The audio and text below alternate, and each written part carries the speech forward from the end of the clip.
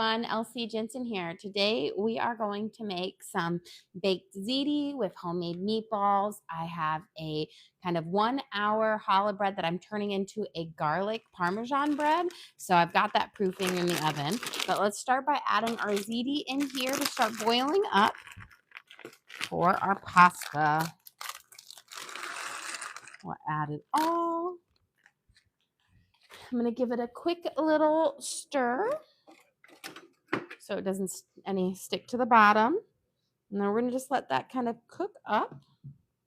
And now let's work on our meatballs. So we're going to start.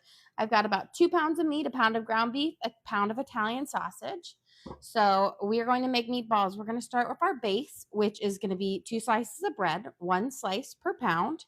And we use this instead of breadcrumbs. So we're going to be making what is called a panade, which is an egg, cream, and bread paste that we'll use as the binder in our meatballs instead of breadcrumbs, because I find breadcrumbs can dry out your meatballs. So we're going to add in 2 eggs, 1 egg per pound of meat.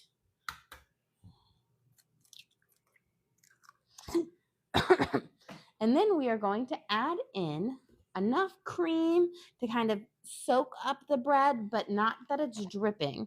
But you want to be able to take your bread and get it nice and soggy, but like a firm sogginess. So you don't want to add too much milk that then you have a runny paste. You want a kind of thicker paste.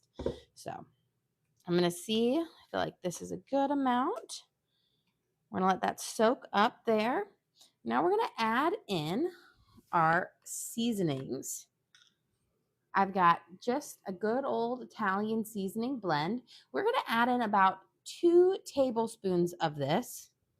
And this is going to have all those, basil, oregano, marjoram, all those good classic Italian spices. We want about 2 tablespoons in our mix. Then we're going to add in a little bit of onion powder with here. So this is going to give a nice savory flavor. You're going to want about, I want to say, a half a tablespoon of onion powder. And then last, but definitely not least, probably my favorite spice, garlic salt. We're going to add in a good bit of garlic salt. Now, we're only really seasoning up enough salt for a pound of ground beef because Italian sausage already has a bit of salt in it. So we only need about, I want to say, about a half a tablespoon, so a teaspoon and a half.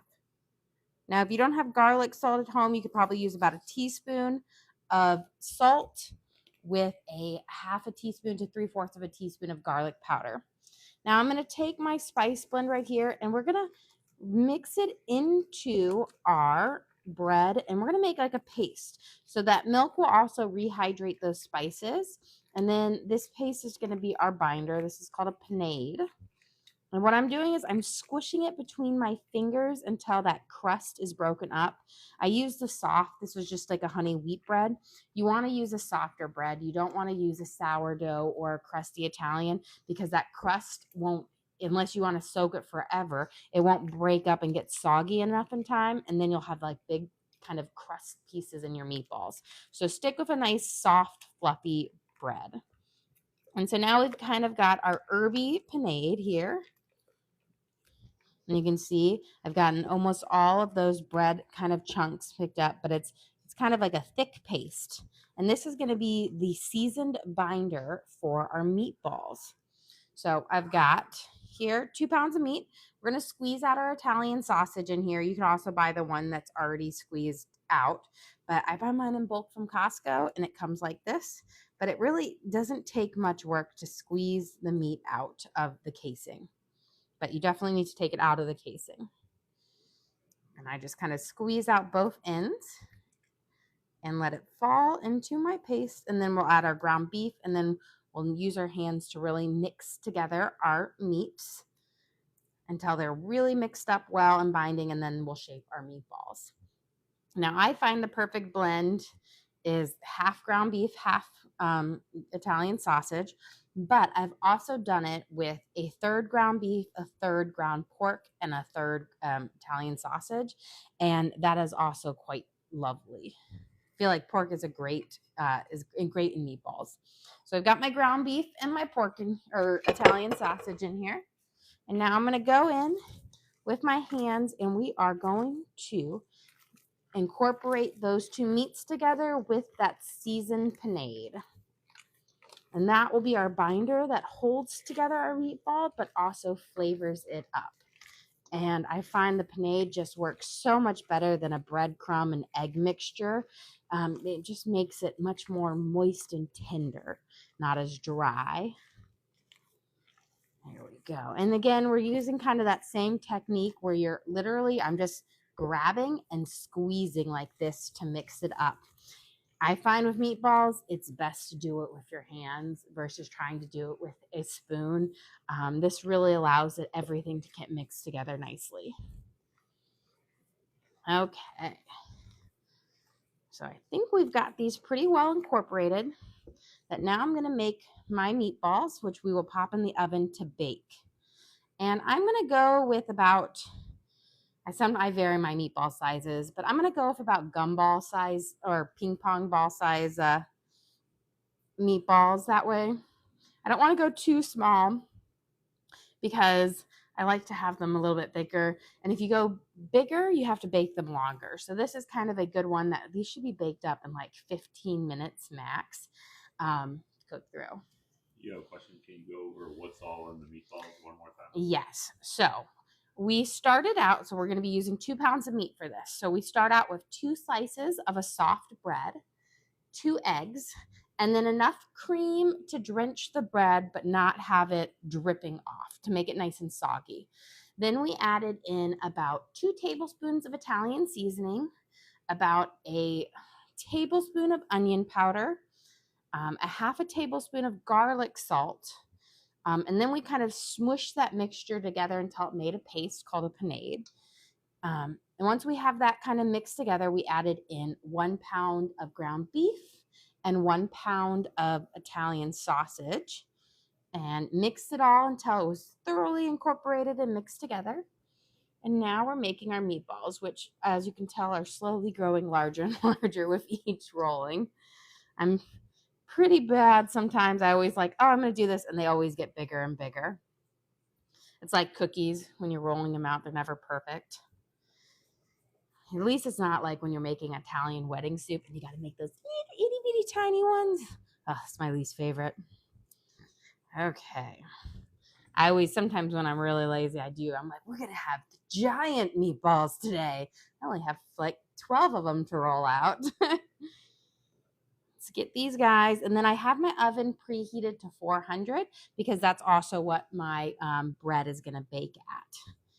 So let's get this rolled out, and then we'll give my hands a quick rinse. And then we will work on the garlic butter for our bread. This is a pretty quick and easy meal to make, I will say. I was kind of deciding what to do with all the different things. And, Evie's favorite meal is spaghetti and meatballs, but I always try to do like variations of it. So I was like, oh, this is a fun variation. Change it up some, but pretty much the same ingredients. You can just do it slightly different. Okay, I've got enough for one more. And in order to make these even, I'm going to steal from my ones that I made a little too big. There we go.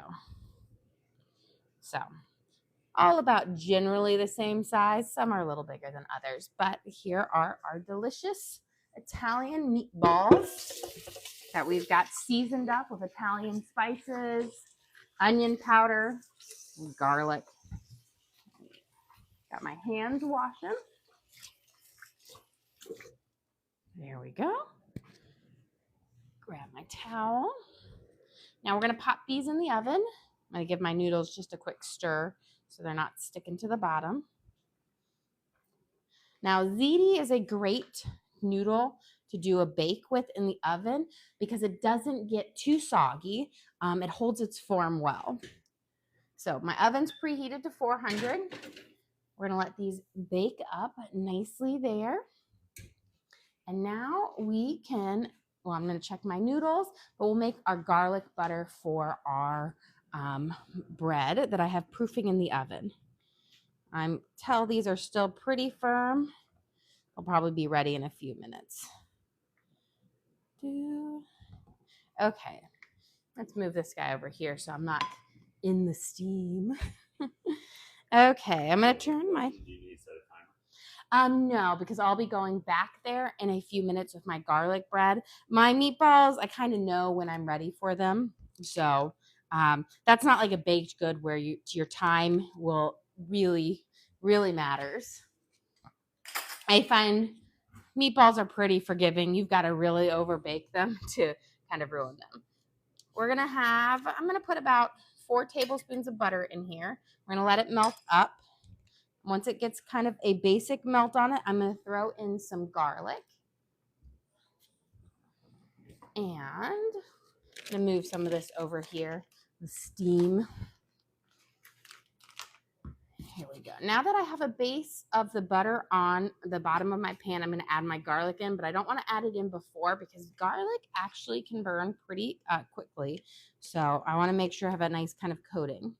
We're going to put in kind of a nice heaping teaspoon, and then I'm going to grab some of this garlic juice and add that in there as well.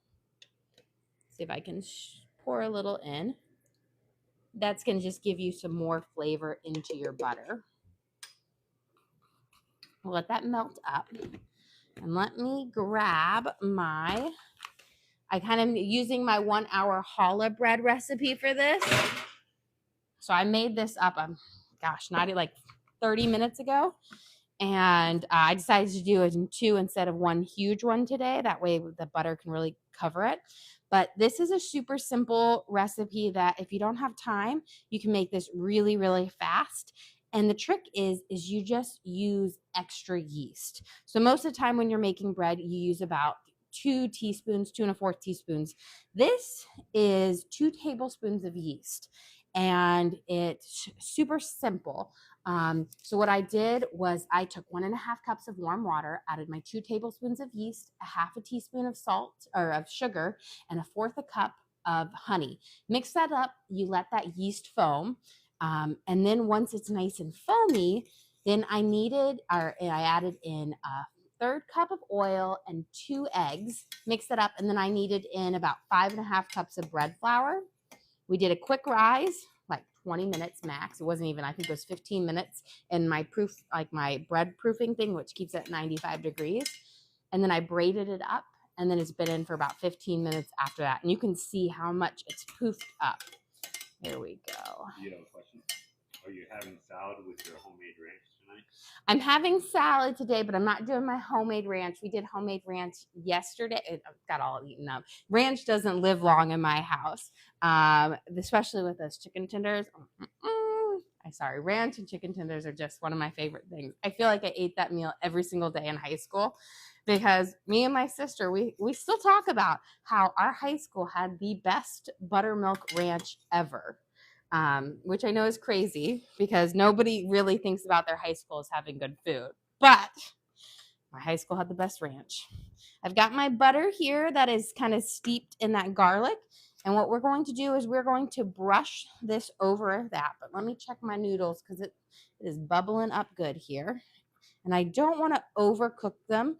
Anytime you're doing a baked pasta, you want to do an al dente. So that is kind of our firm but soft. So I'm going to kind of bite it in half. And these are just about perfect. So I know it's hard to see, but as long as you don't see any white in the middle of your pasta noodle, then you know it's cooked all the way through. If you still see some white, it needs to cook a little bit longer.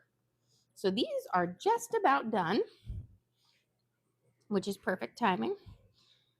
I'm going to take my garlic butter here. Oh, before I do that, let's add in a little bit of garlic salt.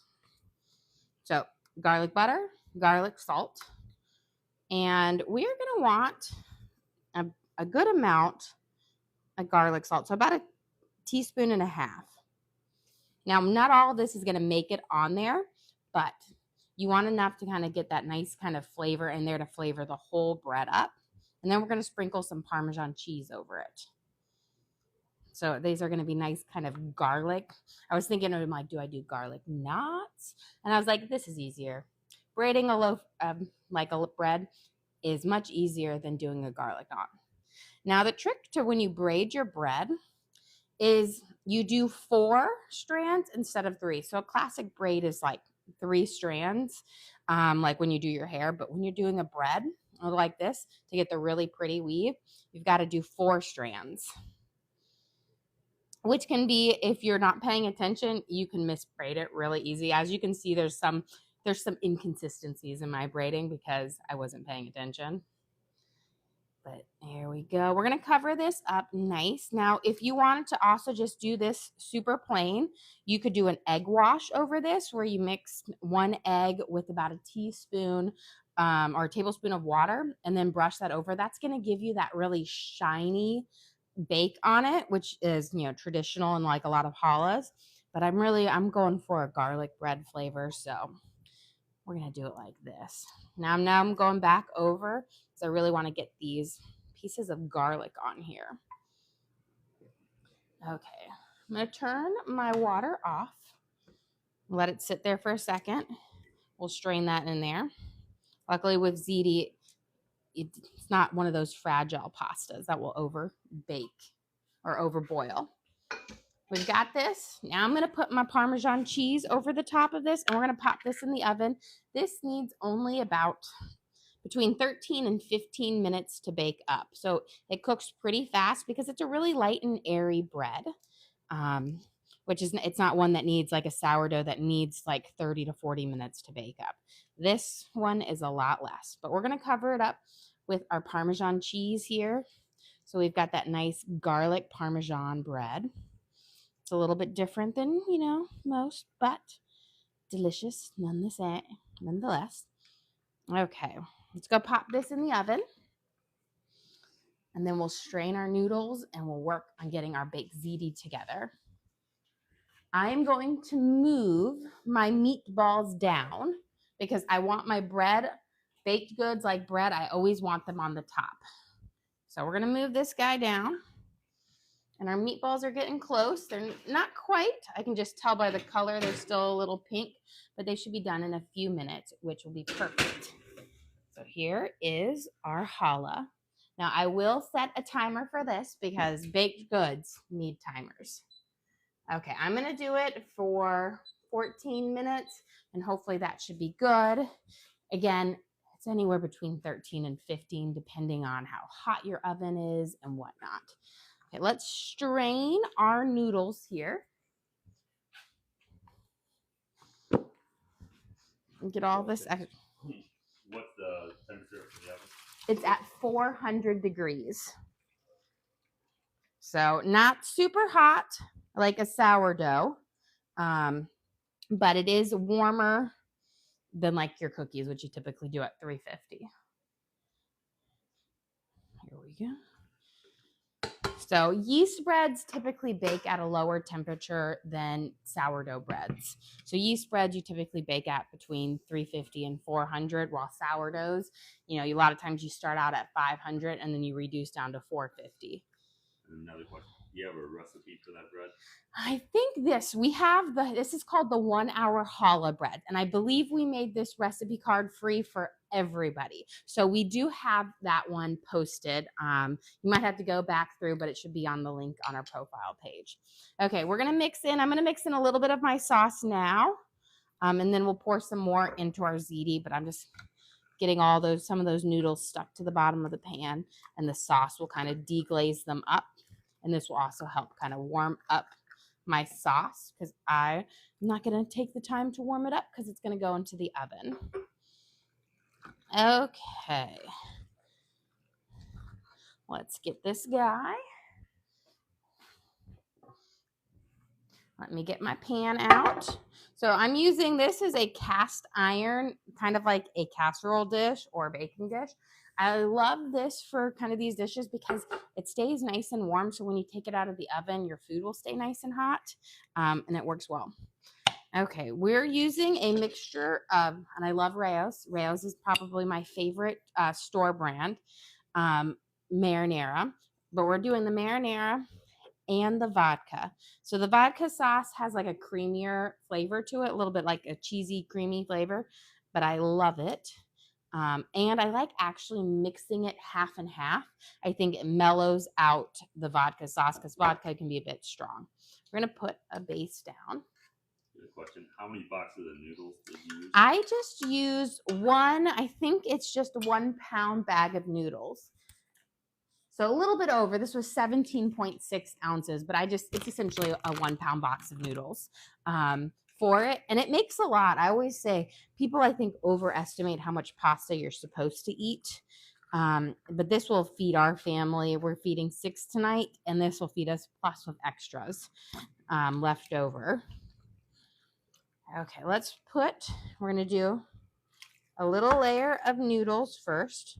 I kind of like to layer when I do baked ziti, a couple little layers because I like to add cheese and whatnot in there. So we've got our first kind of noodle layer down. And we're going to use some shredded Parmesan cheese for this.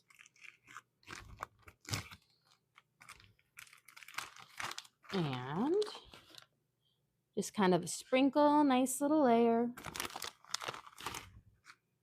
Not super thick. I don't want it to be super cheesy, but pretty basic. Now let's go grab our meatballs out. Our meatballs should be almost done. Even if they're not, they're going to go back in the oven for a little bit longer. So as long as they're about 90% done, that's great. You want them to hold their form. You don't want them to be too soft. Apparently we're going half bear, half cat tonight. Can sneak a peek at our challah. Here we go. And these are looking pretty close. I can tell by the color they're more brown, and you can see it's kind of sweating out some of that cream. So we're going to put this right here. Another good way to tell if your meatballs are done is these are done. If you give them a good pat on them, as long as they don't squish in, they're done. And that's why I say meatballs, the smaller you make, the faster they cook. Let me grab my little shovel here, or a spatula. This came in a random set, and I love it's a shovel, and I love it. Let's put our layer of meatballs on here. Do half of them. And then we'll add some sauce over it and some more noodles. And then we're going to pop this in the oven, and it won't take long. You're really just going to be doing the cheese melt on the top part. Okay, so a little bit of sauce over the top. And we're going to add the rest of the noodles, which we've already kind of sauced up some. But this way your meatballs kind of get spread throughout, and they're not just on the top or on the bottom. But we got it over here. We're going to get all of these good noodles out. But you see how that one box fits this baking dish perfect? And this is about the same size as a casserole dish. I believe it's a 9 by 13 or an 8 by 13. Which is nice. So if you have that, give it a good shake. And then we're going to do our meatballs on top.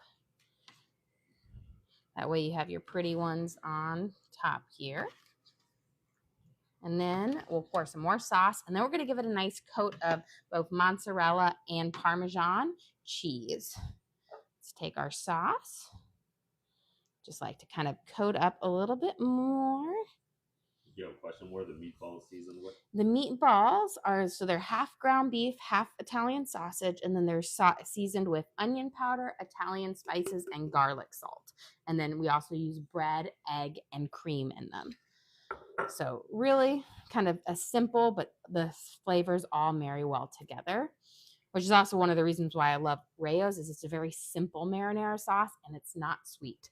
I am not a fan of sweet marinaras or sugar added to it. We're going to do kind of a sprinkle. First of the Parmesan, we're going to do like the mozzarella layered between the Parmesan. And then I've got a little bit of mozzarella here. I'm going to put this on, and then we'll do a bit more Parmesan on top of it. So you'll get lots of cheesiness, but it's not going to be as cheesy as a lasagna. Now, lasagnas are good, but that's a lot of cheese. And then we'll sprinkle a little bit more over the top. Perfect. And might as well just use the rest up. I always, if I leave this little bag in there with a little bit in my thing, I'll eventually come out with like 10 bags that have like a fourth of a cup in it. Okay, let's go pop this guy back in the oven. And then we're just gonna whip up a quick garden salad. And then I have some strawberries and kiwis that I'm gonna be cutting up as well. Now this guy is heavy. And we're just gonna slide him right in here. Ooh, just barely. Let me rotate my bread around. Now, most people, you'll notice that on the farther side of your oven, it will cook more. That's because the heat, every time you open it up, it kind of lets out heat, but it stays nice and hot back there. So always try to rotate your bread or baked goods halfway through, if you remember. That's the big if. Okay, let's get our salad going. That tray is still warm. So put these to the side. We're gonna make a simple, I always said garden, but we're actually just gonna make a simple antipasti salad, which is I've got a little bit of everything kind of going in this salad, but which kind of really makes it antipasti is we got some salami going in there. If I had pepperoni, I would throw pepperoni in there, but I did not buy any when we came back from our trip. So let's start with our salad, or our lettuce. We're making a salad. I'm just using good old romaine lettuce. Now, if you buy your romaine on the head, it stays fresher. Once you've made cuts in it or you've ripped it, that's when those edges start to go brown. And they'll stay really fresh in your fridge for like weeks. So I always buy the big ones from Costco, and then I always have stuff to make salads, and I don't have to worry, oh, I've got a bag of salad I need to use. I find salad bags, they go bad in like 3 days. Okay, now we're going to use our baby cucumbers, which baby cucumbers have that nice kind of tender skin on them, so you don't need to peel them. But if you're going to use just a regular cucumber, I would peel it up because that outer skin of it can be pretty chewy, and isn't always as nice. Otherwise, baby cukes or English cucumbers, those are all the ones that have that nice tender skin on them. Here. And then I have some sweet peppers. I picked out the orange because my daughter likes to eat the red ones like as a snack. It's funny, you get the bag and it has like the red, the yellow, and the orange. And for some reason, she says the red tastes the best. And I'm like, they all taste the same. But she prefers the red ones for snacking, but she'll eat these in a salad. So we're going to do that. And then I'm just going to do kind of thin little strips on them. Now, these are sweet peppers, so they're not going to be spicy. You could also use a bell pepper, but I find the little sweet peppers are even more mild in flavor and a little bit sweeter, and I think they play better in salads. Got our salad. We're going to use a little bit of red onion here. I always have like one red onion that lasts me forever. A lot of people don't know this, but red onions really should only be eaten like raw. When you heat them up, when you cook them, they lose their flavor really quickly. And so they're just not as nice heated up as they are with other onions. So my red onions are for my salads, my burgers, for dips. And then yellow, sweet, and Valdalia onions I use for sauteing or in soups or roasts or whatnot. And then white onions, those are really good for salsas because they've got a really pungent flavor and that sharpness that works well. Okay, let's get our tomatoes in here. Now, if your knife is catching on your tomato, that's when you need to sharpen it up. I say my 3 foods that I know if my knife is dull on is if they snag on a tomato, an onion, or a pepper. They all have that kind of thin skin on it that can, if your knife is dull, will catch on it. And a dull knife, you're more likely to get cut with than a sharp knife because you're more likely to slip or slide or make a mistake. So keep your knives nice and sharp. And now I've got my salami here, which I'm going to slice up into nice little bits, and then we'll break it in here. And then we're going to throw in some shaved Parmesan as well. You could do fresh mozzarella, shredded mozzarella, but we're doing shaved Parmesan because I just love Parmesan cheese. So super simple, quick salad that I think pairs well with our dinner tonight, which is a pretty simple dinner. And you know what? Sometimes you don't have to go crazy, all out fancy to have a great meal. That's what I always say. There's little things you can do to upgrade like a meal, like make your own meatballs. I use Rayo's because Rayo's I think is just as good as the sauce I make homemade with a fraction of the time. Okay, actually I don't even need this knife for that. Let me grab my strawberries and my kiwis. Look at these. These kiwis I got, they're like Frankenstein kiwis, but you pay per kiwi, not per weight. So Frankenstein kiwi it is. Get twice the kiwi for half the price. And then let me give a quick rinse on my strawberries here. I always rinse my strawberries right before I cut them because if you don't dry them up after rinsing, they get mushy. And I don't like to do the extra work. So I always just rinse them right before I use them in here. And I made the mistake of serving my kids like the strawberries whole. And this is what, when they eat a strawberry whole, this is like what they eat. And they're like, oh, it has a top on it. And I'm like, you're missing like 90% of the strawberries. So never again. Let's go grab our bread. It looks like it is about ready. Grab my pot holders on. I'll take this out and then I'll move my dish up to the top. Look at that gorgeous garlic Parmesan challah. It is looking awesome. It is beautiful. So I'm going to put this right here. I'm going to move my next one up because I want it to get on that direct heat higher. Here we go. And that one should be waiting. But here you can see we've got made our 2 ribs. This is my 1 hour challah. So this is 1 loaf. And sometimes I do it in the big, but I did it in 2 smaller ones.